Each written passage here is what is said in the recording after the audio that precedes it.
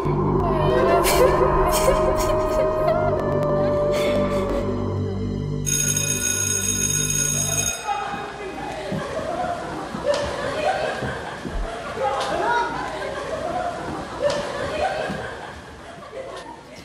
morning, class.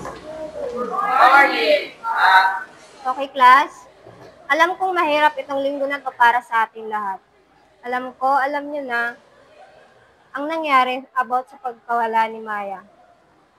Mahirap ang tanggapin, pero na-declare na siyang suicide. Suicide? Di ba nakaraan kasi ano siya? Class, tahimik. Kung kailangan nyo ng makakausap, nandito lang ako, pati si Ma'am Flor. Sa guidance, magsabi lang kayo, ha? Kausapin? Baka itago lang lahat ng ito yan, katulad ng problema natin sa gobyerno. Si Maya, sa tingin mo ba, nag-suicide siya? Hindi ko alam, pero hindi siya ganun eh. Parang hindi siya yung gagawa ng ganun. May mga Jesus na meron na po yun, pero ayaw ko sa atin ng school. Dapat daw sa issue, ewan. Laging ganun. Takip-tahimik. Ayaw ng skandalo. Kita niyo ba yung mga yan? Ang daming lies na sinasabi nila. Parang walang totoo. What do you mean? Maya was scared. She told me may nagba-blackmail sa kanya pero hindi naman niya sinasabi kung sino. Maya would told us it was that serious, diba? Hindi kaya? Maybe. He did not ask enough.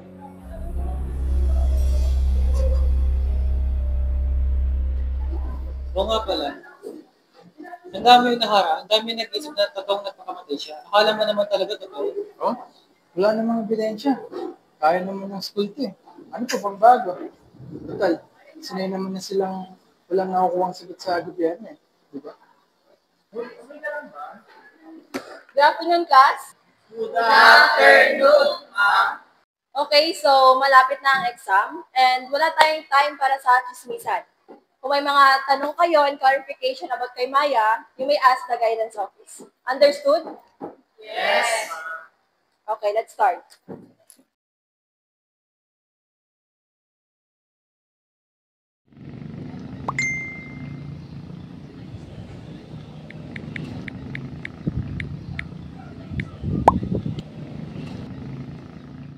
Do you think someone killed her? Alam mo, sa palagay ko, may hindi sila sinasabi sa atin sa pagkamatay ni Maya. Naririnig mo ba yung mga sabi-sabi ng iba sa pagkamatay niya? Kung totoo man yan, anong balak mo? Diba delikado? Alam mo, palagi namang delikado eh. Paano natin malalaman kung lahat tayo ay tatahimik? May mga nagsasabi na government na daw yung nagpipilit na itago ang lahat. Palpak na naman sila sa pagsagot sa mga problema sa mga estudyante.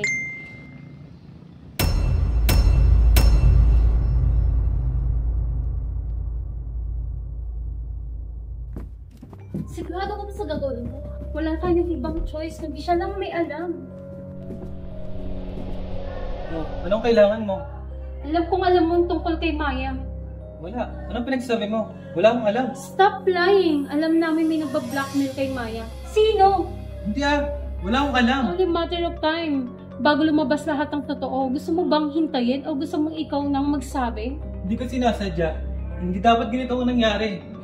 Hindi dapat ganito. This is not over. The truth will come out.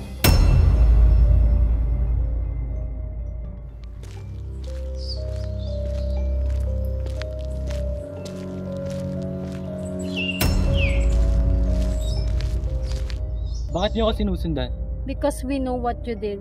Akong ginawa. Ginawa niya sa sarili niya yun. Stop pretending. Alam namin may nang blackmail kay Maya. Ikaw yun, di ba? Hindi ko ginusto to. Hindi ko rin naman sinasadya. Sa ayaw at gusto mo, lalabas din ng katotohanan. Walang sikretong hindi nabubunyag. Lalo na sa school at sa gobyerno.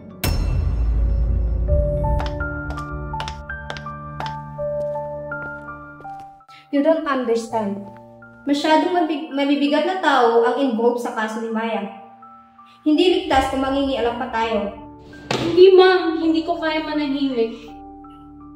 Then be careful, Iha, dahil walang posibleng tutulong sa'yo kapag nakabangga ka ng malaking pangalan.